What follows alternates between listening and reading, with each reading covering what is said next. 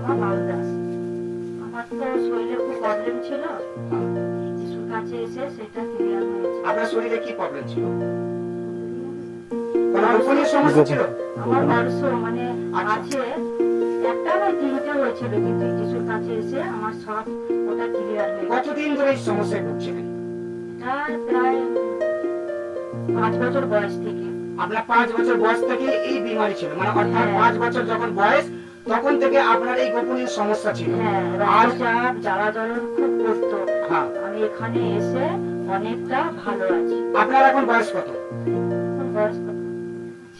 30, 28, 24? যা অনুমান যা কিছু একটা বলুন না। প্রায় 25 26টা হবে। হালেলুয়া।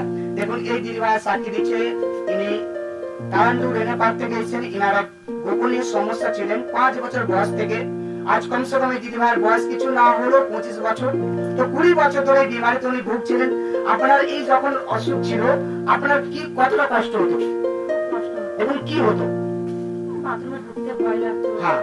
বাথরুমে যেতে ইচ্ছে করতো না। বাথরুমে যেতে পারতেন না এবং প্রচুর পরিমাণে আপনার কষ্ট হতো, রক্ত পড়তো। আর প্রচুর পরিমাণে আপনার সেই জায়গা থেকে রক্তও পড়তো। তারপরে আপনি এই পাঁচতলা নারায়ণপুরে চার্চে আপনি সুসমাচার শুনেন, আর এই জায়গায় আসেন। আসার পর আপনি প্রার্থনা, সেই প্রার্থনাকে রিসিভ করেন। রিসিভ করার পর আপনার যে প্রবলেম ছিল 5 বছর বয়স থেকে, এখন সুস্থ আছেন, অনেকটা সুস্থ আছে। অনেক সুস্থ আছেন। কাছে এসে অনেকটা অনেক সুস্থ আছেন। প্রভু আপনার জীবনে আশীর্বাদ করেছেন। আমার জানায়, হ্যাঁ। আত্মবিশ্বাস জোরে দাঁড়াবে না।